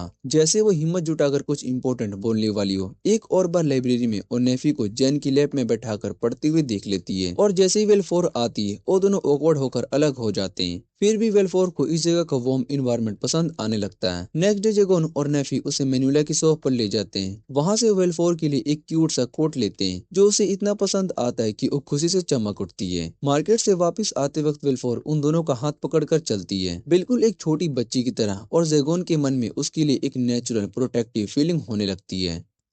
कैस्टिल मार्केट में आराम से वॉक कर रही होती है और वो सोच रही होती कि उसने चर्च को अपना सारा इक्विपमेंट वापस क्यों कर दिया। उसे पता है कि डार्क लॉर्ड को डिफेंड करना कितना गलत है, इसलिए अपनी गलती को एक्सेप्ट करती है। फिर भी उसके दिल में एक बात क्लियर है, जेगोन दिल से अच्छा इंसान है और वो बिल्कुल नहीं चाहता है कि नेफी और जेगोन एक दूसरे से अलग हो जाए, क्योंकि दोनों मिलकर एक परफेक्ट छोटा सा फैमिली बन सकते हैं। तभी अचानक जेगोन और नेफी उसके सामने आ जाते हैं और उनके बीच में एक छोटी सी लड़की खड़ी होती है। कैस्टिल बहुत ही शौक होती है। उसे लगता है कि ये दोनों तो ऑलरेडी प्यार व्यार करके एक बच्ची तक ले आए। जेगोन जल्दी से एक्सप्लेन करता है कि ऐसा कुछ भी नहीं है, उसका पिकल अभी तक गीला नहीं हुआ है और ये बच्ची उनकी नहीं है। और छोटी सी लड़की वेलफोर को इंट्रोडक्शन देते हैं और बताते हैं कि कैस्टिल हमारी फ्रेंड है। पर सीन सेटल होने से पहले 3 टेम्पर्स वहाँ पर आ जाते हैं और कैस्टिल को बैटल की हाई प्रीस्ट उन्हें बुला लेती है। वेलफोर उन्हें देखकर अटैक करने के मूड में होती है, लेकिन जेगोन उसको रोक देता है। वो कहते हैं कि मार्केट के लोग नेफी के दोस्त थे, इसलिए यहाँ पर कोई तमाशा नहीं करना। बाद में जेगोन डार्क लॉर्ड के कैसल में पहुंचता है, जहाँ पर वेलफोर को अंदर से अजीब सी एनर्जी फील होती है, बिल्कुल वैसे जैसे पहले कास्टिल में कोई ड्रैगन रहता हो। जेगोन उसको बोलता है कि अंदर जाकर चेक करो और अगर ड्रैगन से जुड़ी कोई चीज मिली तो ले आना। जैसे ही वो एक्सप्लोर करना शुरू करते हैं, उन्हें एक बड़ा सा गोलेम मिलता है जो कि कैसल को प्रोटेक्ट करता था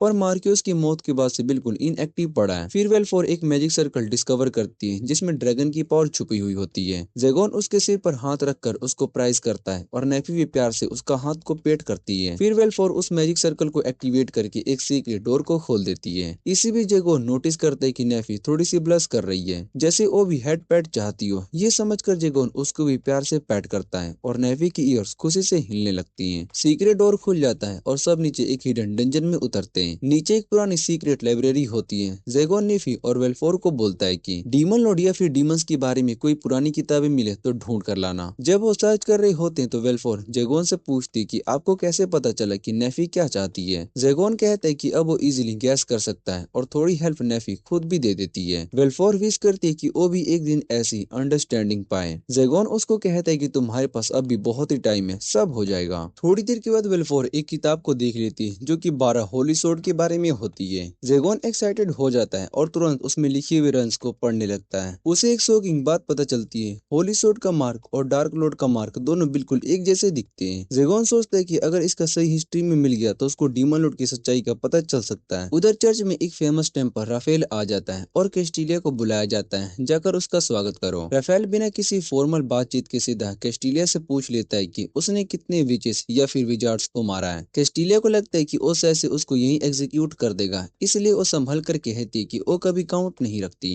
राफेल जोर से हंस पड़ता है। उसे कैस्टिल की बोल्डनेस देखकर बहुत ही मजा आता है, क्योंकि बहुत ही टाइम के बाद किसी ने उसे ऐसे सीधी बात कही। लेकिन उसका टोन तुरंत चेंज हो जाता है। वो ठंडे लफ्जों में बोलता है कि अपना ये घमंड अपने आखिरी जिंदगी के लिए संभाल कर रखो। कैस्टिल के 3 नट्स उसके आगे खड़े हो जाते हैं, पर कुछ होने से पहले हाई प्रीस्ट लेवल आकर राफेल को डांट देता है कि इतनी सख्त बातें क्यों कर रहा है। राफेल कहता है कि उसका कोई काम नहीं है प्रीस्ट से, जब तक की बात कैस्टिल के सोर्ड से ना हो। राफेल बताता है कि ये सूट किसी को रैंडमली नहीं मिलते, ये अपने मालिक को खुद चुन लेती है और जब तक ओनर जिंदा हो और कोई उसको यूज नहीं कर सकता। इसलिए वो बोलते हैं कि अगर कैस्टिल का हक है सोर्ड पर तो उसका हेड कट ही करना पड़ेगा। फिर वो क्लेवेल को बोलते हैं कि तुम्हें कोई भी राइट नहीं है इस सोर्ड को अपने पास रखने का, इसे वापस कैस्टिल को ही दो। पर कैस्टिल कहती है कि होली सोर्ड को अपने फायदे के लिए यूज करना उसे उन्हीं हार्टलेस मैजिक यूजर जैसा बना देगा जैसे कि वो नफरत करती है। राफेल को उसका ये स्टर्नबोर्न प्राइड देखकर थोड़ी सी हैरानी होती है, पर इस बार उसकी उम्मीद को रिस्पेक्ट करता है। आखिर में क्लेवेल सोर्ड को उसको वापस दे देता है और ये कहकर ये तुम्हारी जजमेंट और तुम्हारे डिसीजन पर डिपेंड करता है। कैस्टिल चुपचाप सोचती है कि राफेल उसकी हेल्प क्यों कर रहा है। उसी रात डिफीट के बाद बारबाडोस जेगोन को अपनी पब में ड्रिंक्स लेने के लिए ले जाता है, क्योंकि ये उनकी डील का एक हिस्सा था।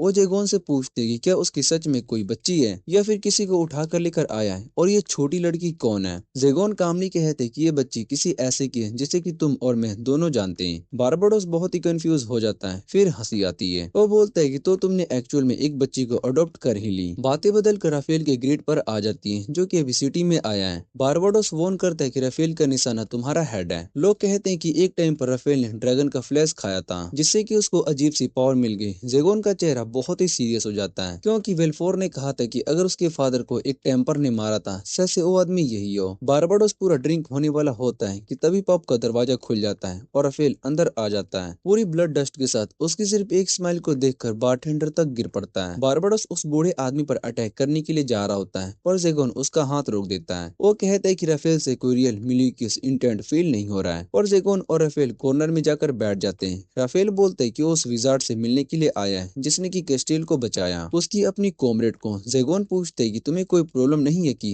2 विजार्ड्स तुम्हारे सामने ऐसे घूम रहे हैं। राफेल काम वॉइस में कहता है मैं सिर्फ उन फ्लेम्स को बुझाता हूँ जो कि विल्ड फायर बनाने से पहले खतरनाक हो सकते हैं। जेगोन उससे पूछते कि कैस्टिल कभी जेगोन के लिए वर्थी ओपोनेंट रही है। जेगोन मना भी लेते कि कैस्टिल ने उसे इतनी चैलेंज दिया था जितना कोई और कभी नहीं दे पाया। ये सुनते ही राफेल राफेल उसे किल करने का डिसीजन लेता है। उसके हिसाब से कैस्टिल का काम था जेगोन का शिकार करना, पर अब जब वो छोड़कर उसे चली गई तो टेम्पर की पोजीशन भी चली गई और चर्च के लिए वो थ्रेट भी बन गई। जेगोन को समझ में आ जाता है कि राफेल यहाँ पर सिर्फ ये कंफर्म करने के लिए आया है कि क्या कैस्टिल का कोई कनेक्शन है, ताकि वो बाद में उसी कनेक्शन को उसके खिलाफ यूज कर सके। जेगोन उसे वॉर्न करते हैं कि कोई स्टूपिड मूव ना करे, क्योंकि कैस्टिल को टाउन के लोग बहुत ही रिस्पेक्ट करते हैं और ये सिटी उसकी टेरिटरी है। राफेल सिर्फ हंस कर कहता है, जैसे उसे पहले से ही पता था कि जेगोन ऐसे रिएक्ट करेगा। जाते वक्त जेन बारबाडोस को ऑर्डर देता है कि वो कैस्टिल को शैडो पावर से फॉलो करें और रिटर्न में बारबाडोस किसी भी बुक को बोरो करके स्टडी कर सकता है। जब जेन घर लौटता है, नेफी उसका वेट कर रही होती है और वेलफोर उसकी लैब पर सोई हुई होती है। नेफी बताती है कि ये वेलफोर का आइडिया था और आज उसने बहुत ही हार्ड वर्क किया। डार्क कैसल से सारी बुक्स उनकी लाइब्रेरी में शिफ्ट है। नेफी ये भी कहती कि उसे पता है कि वेलफोर ने जेगोन को कह दिया कि वो अपनी लाइफ उसके साथ स्पेंड करना चाहती है और नेफी थोड़ी सैड थी कि वो उस मोमेंट में ये नहीं कर पाई। जेगोन उसका हाथ पकड़कर बोलता है कि वो हमेशा उसके साथ रहेगी और ये सुनकर नेफी का दिल भी खुश हो जाता है, क्योंकि उसने प्रॉमिस किया था कि सब एक साथ ही रहेंगे। उस परफेक्ट मोमेंट में जेगोन हल्के से मुस्कान के साथ नेफी के पास लीन होता है। उसके हैंड नेफी के फेस को सॉफ्टली टच करते हैं और वो पल परफेक्ट लग रहा होता है। बस किस होने वाला होता है कि बारबाडोस अचानक से शैडो से बाहर आ जाता है। गुस्से से जेगोन उस पर शाउट करता है जब तक कि बारबाडोस नहीं बोलता है कि मैटर अर्जेंट है। बारबाडोस अपनी आर्म्स में कैस्टिल की अनकॉन्शियस बॉडी लाता है और कहता है कि उसे पॉइजन दिया गया है। जेगोन और नेफी तुरंत उसकी हेल्प करने के लिए आते हैं और ये देखकर वेलफोर जाग जाती है और जैसे ही उसकी नजर होली सोड पर पड़ती है, उसका गुस्सा इरप्ट हो जाता है। वो अपना ड्रैगन एक्टिवेट करती है, रेडी हो जाती है अटैक करने के लिए, चाहे जो भी टेम्पर उसके सामने हो। पर जेगोन उसे रोक लेता है। वो समझाता है कि कैस्टिल उसकी फ्रेंड है और ये वो टेम्पर नहीं है जिसने कि उसके फादर को मारा था, इसलिए उसे हर्ट करने का कोई मतलब नहीं है। अगर वेलफोर रिवेंज चाहती है तो उसे सही इंसान को स्ट्राइक करना होगा। जेगोन कहता है कि मर्डर कोई सोल्यूशन नहीं होगा, जबकि टॉर्चर ज्यादा फिटिंग होता है और वो उसे ये सब सिखाएगा। ये सुनकर नेफी और बारबाडोस एक दूसरे की तरफ अनईजी नजरों से देखते हैं। थोड़ी देर बाद कैस्टिल नेफी के बेड पर होश में आती है, जहाँ जैन उसका वेट कर रहा होता है एक बुक पढ़ते हुए। जेगोन सॉफ्टली उसे बताता है कि उसे पॉइजन दिया गया था और पूछते है कि उसे क्या क्या याद है। कैस्टिल धीरे से रिकॉल करती है कि एक नाइट आर्मर पहने हुए आदमी ने उसे एक लेटर दिया था जिसका फेस पूरा छुपा हुआ था। उस आदमी ने कहा था कि वो विजार्ड और चर्च के बीच शांति चाहता है और अगर कैस्टिल ने उसके इंस्ट्रक्शन को फॉलो किए तो ओक लेवल के अगेंस्ट चली जाएगी। फिर भी उस आदमी ने उसे फोर्स नहीं किया। जाते जाते उसने सिर्फ एक नाम बोला, ओरो, और कहा कि अपनी सेफ्टी के लिए इस नाम को याद रखना। घर लौटकर कैस्टिल को टेबल पर ऑलरेडी टी रखी मिली। उसने टी पी और उसी वक्त पॉइजन का इफेक्ट शुरू हो गया, जिससे वो कोलैप्स हो गई। उसी समय बारबाडोस वहां पर आ गया और उसे बचा लिया। जेगोन पूछते कि क्या उसे किसी पर डाउट है। कैस्टिल का पहला थॉट राफेल होता है, पर जेगोन मना कर देता है। बोलता है कि राफेल होता तो पॉइजन नहीं सीधा सोर्ड से मारता। जब जेगोन जाने लगता है, कैस्टिल स्लोली उसे रुकने को कह देती है, पर जेगोन जेंटली बोल देता है कि उसे ये बात नेफी से कहनी चाहिए, उससे नहीं। कैस्टिल तुरंत समझ जाती है कि वो किस लाइन के बारे में बात कर रहा है और शर्माते हुए सॉरी बोल देती है। नेफी सॉरी होती है, इसलिए जेगोन उसे डिस्टर्ब नहीं करता। वो अपनी चेयर को डोर की तरफ टर्न करके पूरी रात गार्ड बनकर बैठा रहता है। कैस्टिल चुपचाप समझ जाती है कि जेगोन और नेफी के बीच में क्या बॉन्ड है और वो सिर्फ उन दोनों को हैप्पी देखना चाहती है। नेक्स्ट मॉर्निंग कैस्टिल को एक मेड यूनिफॉर्म मिलती है, बिल्कुल नेफी वाली। जेगोन उसे रहने की परमिशन तो दे देता है, पर क्लियरली बोलता है कि इसका मतलब ये नहीं है कि वो गेस्ट बनकर आराम करें। कैस्टिल थोड़ा सा कंप्लेन करती है कि उसने कभी भी हाउस वर्क नहीं किया। जब उसकी फर्स्ट मीटिंग वेलफोर से होती है तो वेलफोर सीधा एटीट्यूड में देती है। वो वार्निंग देती है कि जेगोन और नेफी के आसपास ज्यादा कंफर्टेबल ना हो, और इससे भी आगे बढ़कर वेलफोर उससे साइड हो बोलकर भाग जाती है। जेगोन कामली एक्सप्लेन करता है कि वेलफोर को टेम्पर से नफरत है, क्योंकि उन्हीं लोगों ने उसके फादर को मारा था, इसलिए कैस्टिल को उसका बिहेवियर समझना होगा। लेकिन एक घंटे के अंदर ही कैस्टिल 3 बार चीख पड़ती है, स्पेशली जब वेलफोर उसके सामने एक फोग लेकर आती है, जैसे एक छोटी सी रिवेंज बिना किसी मैजिक के। टाइम के साथ कैस्टिल कैसल की लाइफ में एडजस्ट होने लगती है और वेलफोर अपनी जर्नी में हर एक चीज लिखती रहती है। वेलफोर लिखती कि हाँ, उसे कैस्टिल का नाम पसंद है, पर इंसान के तौर पर वो कैस्टिल को बिल्कुल भी पसंद नहीं करती। उसकी नजर में कैस्टिल एक प्रोफेशनल टेम्पर होने के बावजूद भी वीक लगती है, ऑलमोस्ट बच्ची सी। तभी जेगोन रूम में एंटर करता है और सॉफ्टली बोलता है कि उससे प्राइवेट में बात करनी है। उस टाइम नेफी और कैस्टिल दोनों एक साथ वार्म बाथ में एंजॉय कर रहे होते हैं। कैस्टिल वार्म बाथ में बैठे सॉफ्ट वॉइस में कहती है कि तब काफी सस्पिशियस है। नेफी हल्की से स्माइल के साथ बताती कि ये टब जेगोन ने खुद बनाया था ताकि एक से ज्यादा लोग कंफर्टेबली बैठ सके। कैस्टिल की दिमाग में तुरंत थोड़ी सी गंदी सोच आ जाती है और नेफी उसे एक्सप्रेशन देख कर रेड हो जाती है। समझ जाती है कि कैस्टिल क्या इमेजिन कर रही है। उधर जेगोन वेलफोर को समझा रहा होता है कि मील से पहले ये खाने के टाइम पर कैस्टिल कैस्टिल को प्रैंक ना करें। फिर वो सॉफ्टली बोलता है कि वेल्फोर चाहे तो हमेशा उनके साथ, उसकी और नेफी के साथ रह सकती है और अगर चाहे तो जा भी सकती है। ये डिसीजन सिर्फ उसका होगा, कोई उसे फोर्स नहीं करेगा। उस रात वेल्फोर को अपने फादर का नाइटमेयर आता है। उसे वो मोमेंट याद आता है जब उसने किसी को उसके फादर का फ्लैश खाते हुए देखा था और ये मेमोरी उसकी दिमाग में पुरानी रेज ऑफ फायर जला देती है। सुबह तक वेल्फोर अपने बेड से गायब होती है, जिसे नेफी और जेगोन दोनों बहुत ही पैनिक में आ जाते हैं। जाने से पहले वेल्फोर अपने जर्नल में लिख कर जाती कि जेगोन की स्टे विथ मी कहने से उसे कितना ज्यादा अजीब फील हुआ। कैसल में सब कुछ सॉफ्ट और वार्म लगा। जेगोन का जेंटल नेचर और नेफी का प्यारा सा किया, ये सब उसके लिए बहुत ही खुश थे। पर वो जानती कि अगर वो यहाँ पर रुक जाएगी तो अपने फादर की रिवेंज को कभी भी पूरा नहीं कर पाएगी। और लिखती कि वो जा रही है और होप करती कि जेगोन और नेफी उसे समझेंगे और उसका इंतजार करेंगे। वेल्फोर डार्क लॉर्ड की कैसल की तरफ जा रही होती है अपनी रिवेंज के लिए,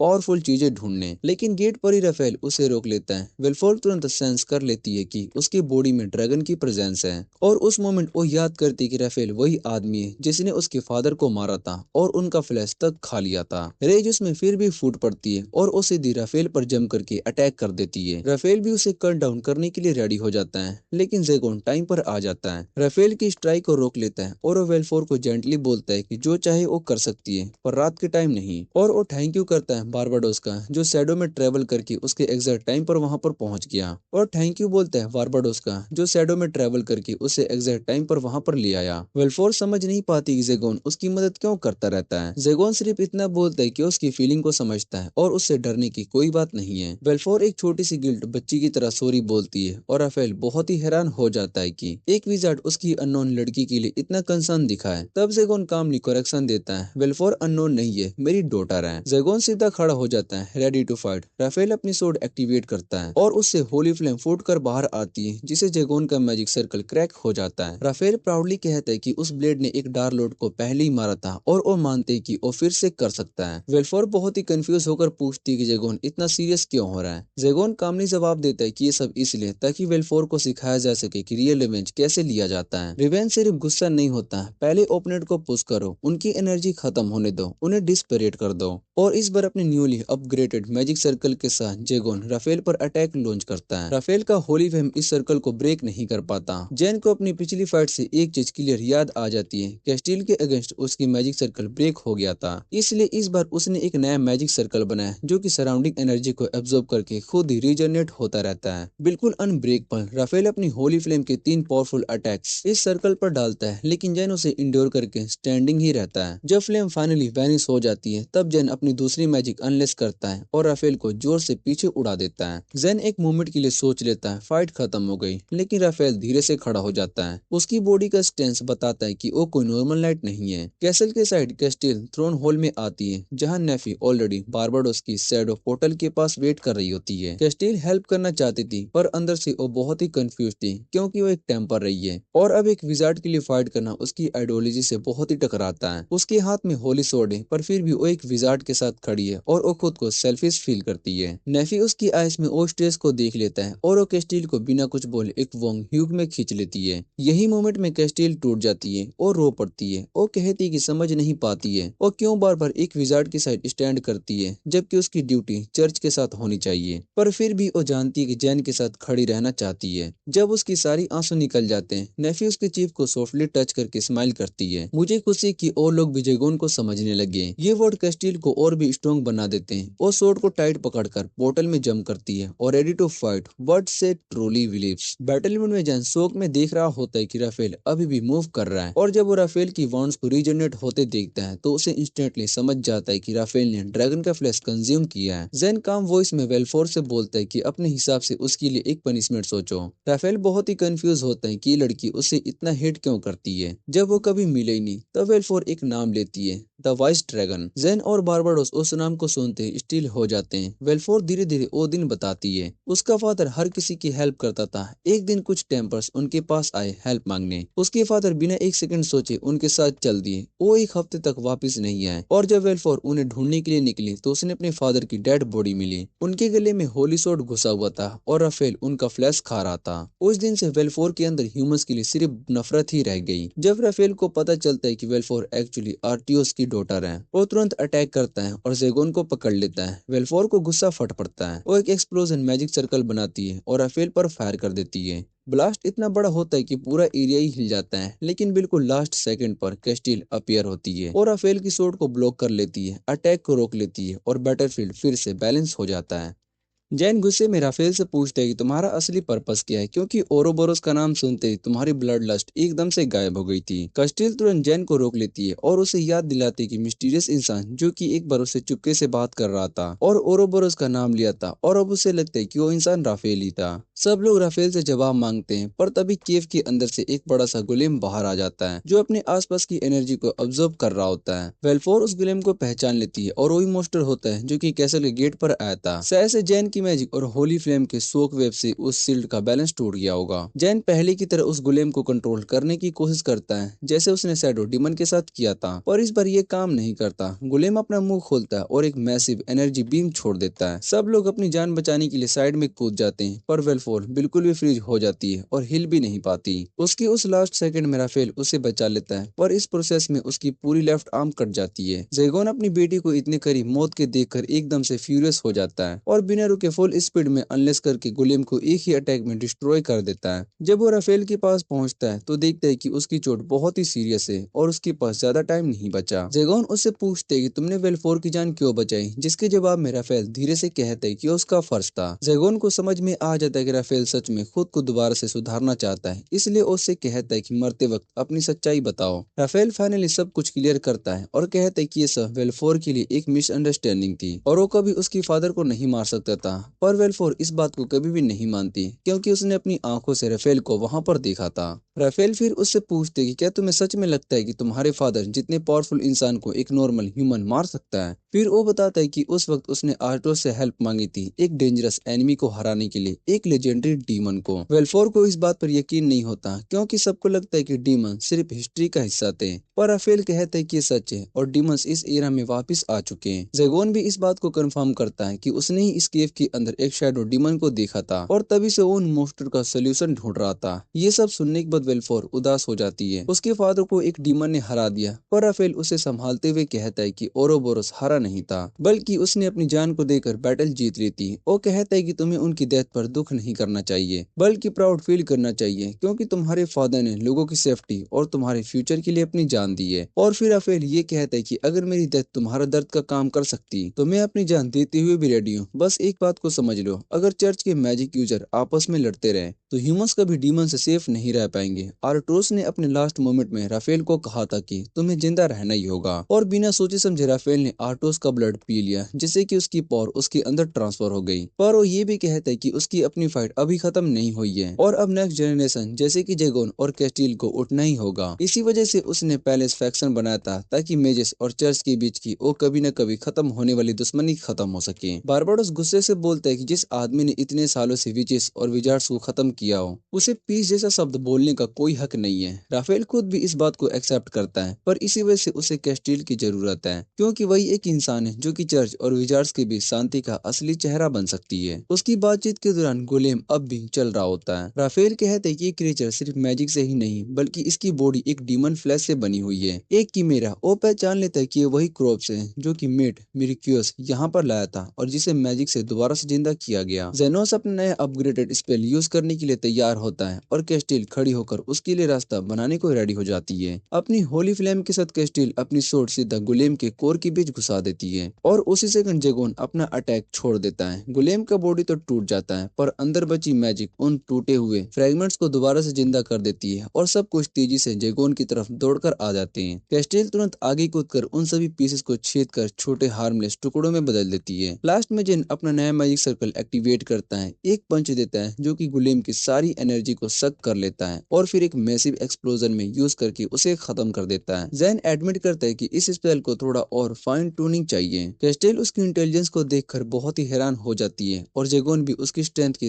काफी तारीफ करता है, क्योंकि एक पावरफुल एली का होना कभी भी गलत नहीं होता। तभी वेलफोर्ड चिल्लाकर राफेल की बताती है कि कंडीशन और भी खराब हो चुकी है। जेगोन उसे हील करने की कोशिश करता है पर वो प्रोमिस नहीं कर सकता। राफेल की जनरेशन धीरे धीरे रुक जाती है। मरने से पहले वो कैस्टिल से कहता है कि तुम ही असली न्यू होप हो और उसके सोल्जर्स तुम्हारी बात वो जरूर मारेंगे। कैस्टिल पूछती है कि तुमने आरबस का नाम क्यों लिया, तो राफेल रिवील करता है कि आरबस ही पीस फैक्शन का असली फाउंडर था और इसी वजह से कि वो आज तक जिंदा है। जेगोन डाउटफुल टोन में पूछते है कि अगर ये सब सच है तो राफेल न्यू विचेस और विजार्ड्स का शिकार क्यों किया। राफेल धीरे से जवाब देता है कि उसका कभी ऐसा इरादा नहीं था। हर बार उसने बात करने की कोशिश किया था, उसके सामने स्माइल नहीं करता था, पर वो लोग पहले अटैक कर देते थे और फिर उसे अपनी सोर्ड सेल्फ डिफेंस में चलानी पड़ती थी। जेगोन राफेल के जवाब से बहुत ही इरिटेट हो जाता है और बोलता है कि तुम्हारी शक्ल देखकर कैसे कोई तुम्हें फ्रेंडली मान लेगा। पर बारबाडोस हंसी में बोलते है कि जेगोन खुद भी कभी ऐसा नहीं लगता। राफेल फिर से कैस्टिल की तारीफ करता है और कहते है कि तुम चर्च वापस चली जाओ और जो लोग तुम्हारी मौत चाहते हैं उनसे मैं खुद निपट लूंगा। जाने से पहले वेलफोर पूछ लेती है कि तुमने मेरे फादर के बारे में सच में क्या सोचा था। राफेल हल्का सा मुस्कुराता है और कहता है कि आरबोस एक माइटी ड्रैगन था और उसके साथ लड़ना उसकी लाइफ का सबसे एक्स्ट्रा ऑर्डिनरी मोमेंट था। राफेल के जाते ही जेगोन वेलफोर से पूछते ही क्या तुम यही चाहती थी, पर वो खुद भी बहुत ही कंफ्यूज होती है। राफेल को मार देना अब सही नहीं लग रहा था। जेगोन उसे देखकर सॉफ्ट स्माइल देता है और कहते है कि तुम्हारा यही जवाब मेरे लिए काफी है। फिर वो वेलफोर को अपने साथ घर लेकर जाता है जहाँ पर वो बिलोंग करती है। दूसरी तरफ क्लेवेल अपनी टीम कॉमरेड के साथ घूम रहा होता है और अभी भी कैस्टिल को ढूंढ रहा होता है। वो कहता है कि कैस्टिल की लाइफ उसकी है, किसी और की नहीं, और स्पेशली जेगोन जैसे विजार्ड की तो बिल्कुल भी नहीं। जो भी विजार्ड्स का साथ देगा वो भी पनिश होगा। और उसे एक बात का डर भी होता है, अगर कैस्टिल मर गई तो होली सोड अपना मास्टर खो देगा और फिर एक नया वर्थी मास्टर मिलना ऑलमोस्ट इम्पॉसिबल है, क्योंकि जो अनवर्थी होगा वो तो तलवार छूते ही मर जाएगा। जब क्लेवेल इस ऑब्सेशन में डूबा होता है तभी राफेल रूम में एंटर करता है। राफेल के कपड़ों पर ब्लड देखकर क्लेवेल को एक परफेक्ट एक्सक्यूज मिल जाता है। वो कहता है कि जेगोन के साथ मिलना पाप है, इसलिए उसे राफेल को खत्म करना ही होगा। क्लेवेल अपने हाथों में पॉइजन लगाता है, हील करने का नाटक करता है, पर राफेल एक ही स्ट्राइक में उसका हाथ काट देता है। क्लेवेल चीखता हुआ गिर पड़ता है, पर राफेल उसकी गर्दन पर अपना पाँव रख देता है और उसे चुप करा देता है और कहता है कि कोई भी फ्यूचर की शांति को डिस्टर्ब नहीं करेगा, इसलिए क्लेवेल को अब माइकल जैक्सन के साथ चिल करना चाहिए। अगली सुबह क्लेवेल की डेथ का न्यूज सब जगह फैल जाता है। कैस्टिल को पहले ही शक था कि वही उसे पॉइजन देने की कोशिश कर रहा था। क्लेवेल के स्ट्रिक्ट नेचर को देखते हुए वो डिसाइड करते कि उसे चर्च वापस जाना होगा ताकि वो वहाँ पर ऑर्डर और बैलेंस ला सके। वहाँ जाकर वो वेलफोर से मिलती है और दोनों के बीच फाइनली सब कुछ मिसअंडरस्टैंडिंग खत्म हो जाती है। ये देखकर कैस्टिल रो पड़ती है। जेगोन और बाकी सब ने उसे एक्सेप्ट कर लिया, इसलिए वो प्रॉमिस करती कि वो एक नई दुनिया बनाएगी जहाँ विचेस, विजार्ड्स और ह्यूमंस एक साथ पीसफुली रह सकते हैं। और जानी वाली थी कि पीछे से राफेल उसकी तरफ आता है। कैस्टिल बहुत ही शौक होकर मुड़ती है। राफेल अभी भी जिंदा है और अब जेगोन का बटलर बन चुका है। राफेल एक्सप्लेन करता है कि वो कैसल एक्चुअली वेलफोर का जजमेंट लेने आया था, पर वेलफोर ने ही कहा था कि जेगोन के साथ काम करो ताकि वो कैस्टिल को भी मदद कर सके। इस तरह राफेल ने उसके लिए एक नया आर्मर हाथ बना दिया, उस हाथ की जगह जो कि राफेल ने गवा दिया था। इतना चेयरफुल और अजीब सा हैप्पी एटमॉस्फेयर देखकर कैस्टिल को एक बार फिर से फील होता है कि वो इस फैमिली का हिस्सा नहीं है, लेकिन जेगोन सॉफ्टली बोलता है कि ये दरवाजा हमेशा उसके लिए ओपन रहेगा। जब सब लोग उसे गुड बाय कहने के लिए भेजते हैं, जेगोन बारबाडोस को बोलता है कि कुछ देर तक उसके पीछे जाकर देख ले कि वो ठीक है या नहीं। जेगोन की ये केयर देखकर नेफी थोड़ी सी जेलसी हो जाती है। वो उसका हाथ पकड़कर अटेंशन मांगती है। जेगोन समझ जाता है कि उससे कुछ एक्सपेक्ट कर रही है, बिना डिले उसे हग में खींच लेती है, उसे ऊपर उठाता है और सॉफ्टली सॉरी बोलता है, रात को उसे छोड़कर चला गया था। अगला दिन शुरू होता है। विल्फोर अपने जर्नल में अपनी न्यू बिगिनिंग लिखती है। वो उन मोमेंट्स को याद करती है जब जेगोन और नेफी ने उसके फैमिली का हिस्सा बना था और राफेल और कैस्टिल ने उसे वो काइंडनेस दी थी जो कि उसने कभी एक्सपेक्ट नहीं की थी। वो विश करती है कि धीरे धीरे वो सबका एहसान चुकाकर स्ट्रॉन्ग बन जाए। आगे के पेजेस में वो फैमिली के न्यू मेंबर के बारे में लिखती है। राफेल जो कि एक टाइम का टेम्पर था जिसे वो अपने फादर का किलर समझती थी, लेकिन अब पता चला कि वो एक अच्छा इंसान है जो कि उनके फादर को डीपली रिस्पेक्ट करता है। और हाँ, एक बहुत ही अच्छा कुक भी है, स्पेशली स्वीट्स बनाने में एक्सपर्ट। बस प्रॉब्लम ही एक है, जब भी वेलफोर जेगोन और नेफी के रोमांटिक मोमेंट्स को देखना चाहती है, राफेल हमेशा उसकी आंखों को कवर कर देता है या कोई और डिस्ट्रक्शन कर देता है, बोलकर कि अभी तुम्हें ये सब देखना बहुत ही जल्दी है। आज के स्टील उनके घर पर स्लीप ओवर के लिए जा रही होती है तो नेफी उसे लेकर मार्केट शॉपिंग पर निकल जाती है। सिटी के लोग उनको देखकर प्यार से स्माइल करते हैं। घर लौटने से पहले नेफी मैन्युला की शॉप पर रुकती है, उसे थैंक यू बोलने के लिए। उसे मैरिकनोस के स्वीट्स हिस्सा बॉक्स गिफ्ट करती है उसकी मदद के लिए जो कि मैनुला ने की थी।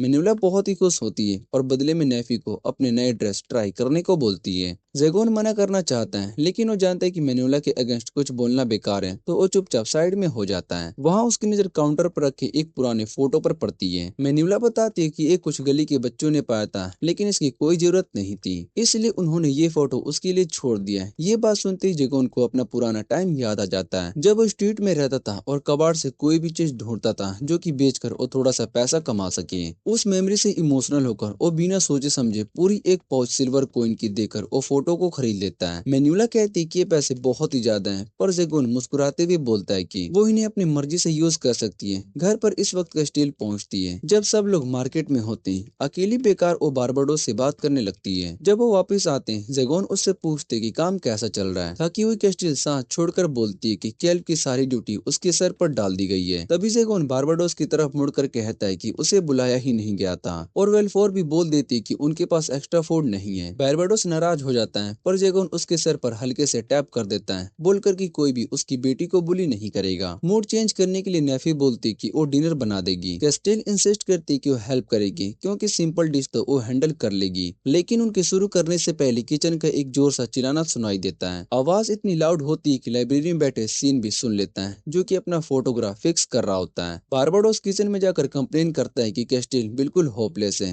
वो तो उबलता हुआ पानी भी जला देगी। किचन में कैस्टिल सूप बनाने की कोशिश करती है, उसे लगता है कि टेस्ट बिल्कुल ठीक है, पर जैसे ही वो नेफी एक सिप लेती है वो समझ जाती है कि कैस्टिल की टेस्ट बंस बिल्कुल ऑफ है। डिनर बेचने के लिए नेफी प्यार से उस साइड में जाती है बोलकर कि वो गेस्ट है इसलिए रेस्ट करे और सूप को ब्रेकफास्ट के लिए रखना प्रॉमिस करती है। डिनर रेडी होता है और सब डाइनिंग रूम में आ जाते हैं। जैगोन को पुराना ऑटोग्राफ मशीन लेकर आता है और उसे ऑन करता है। धीरे से मशीन हमिंग करना शुरू करती है और पूरा रूम वार्म म्यूजिक से भर जाता है। राफेल बताता है कि वो एक टाइम इस तरह की म्यूजिक पर डांस करता था। वेलफोर पूछती है कि डांस क्या होता है। राफेल एक्सप्लेन करते हैं कि जब एक लड़का और लड़की रैथम के साथ हाथ पकड़कर साथ मूव करते हैं उसे डांसिंग कहते हैं। डिनर शुरू होता है। बारबाडोस पहले से थोड़ा सा ड्रिंक किए होता है और बूस्ट करते हैं कि कैस्टिल कभी भी नेफी जैसा कुक नहीं कर सकती और उसका प्लसी के साथ होने का मजाक उड़ाता है। एम्बेरेस्ड कैस्टिल उसे स्टैकर बोलती है और जैगोन बीच में बोलता है कि बारबाडोस शराब पीकर बकवास करता है। नेफी भी ऐड करती है जब कैस्टिल पॉइजन हुई थी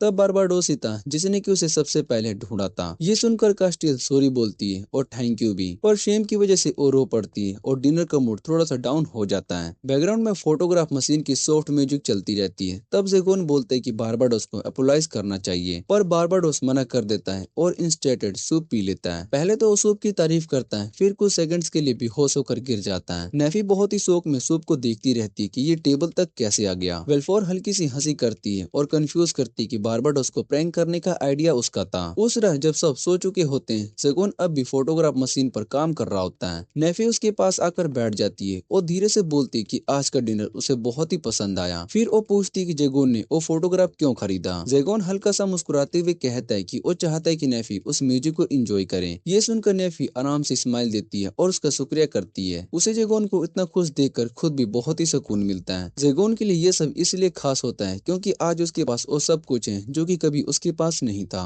एक जगह जिसमें हंसी हो, गर्म फूड और लोग उसे प्यार करते हो। उसे अपना बीता हुआ वक्त याद आ जाता है जब वो गलियों में सोता था, बचा हुआ खाना उठाता है और कभी कभी किसी अनजान सी छोटी मदद उनके दिन को संभाल लेती है। म्यूजिक धीरे धीरे खत्म होता है। उस लास्ट मेलोडी के साथ जैगोन नेफ्यू का हाथ पकड़कर उसे डांस करने को कहता है। इसी वक्त वेलफोर की आंख खुल जाती है और वो उन्हें देख लेती है। थोड़ी देर के बाद राफेल भी उन्हें ज्वाइन कर लेता है, पर वो देखने की दोनों को डांस करना भी नहीं आता, तो राफेल हल्की सी हंसी के साथ उन्हें सिखाने लगती है और रात ऑकवर्ड सी लाउटर और स्वीट मोमेंट्स के साथ खत्म हो जाती है। अगली सुबह जैगोन वो फोटोग्राफ मशीन उसी पुरानी गली में रख देता है जहाँ पर वो कभी रहता था। मशीन से निकलती चीयरफुल म्यूजिक पूरी स्ट्रीट में गूंज उठती है। छोटे बच्चे खुशी से डांस करते हैं, लोग स्माइल करते हुए सेलिब्रेट करते हैं और उस गिफ्ट से पूरा एरिया एकदम से अलाइव लगने लगता है। शाम होते होते गोल्डन स्काई के नीचे जैगोन और नेफी एक बार फिर से डांस करते हैं। दोनों अपने दिल में एक ही विश करते हैं कि ये खुशी, ये सुकून, ये फैमिली जैसा वार्मथ हमेशा ऐसा ही बना रहे। इसी के साथ इस एनिमे का सीजन यहीं पर एंड हो जाता है। अगर आपको ये वीडियो अच्छी लगे तो वीडियो को लाइक करके चैनल को सब्सक्राइब जरूर कर लेना। तो मिलते हैं अगली वीडियो में।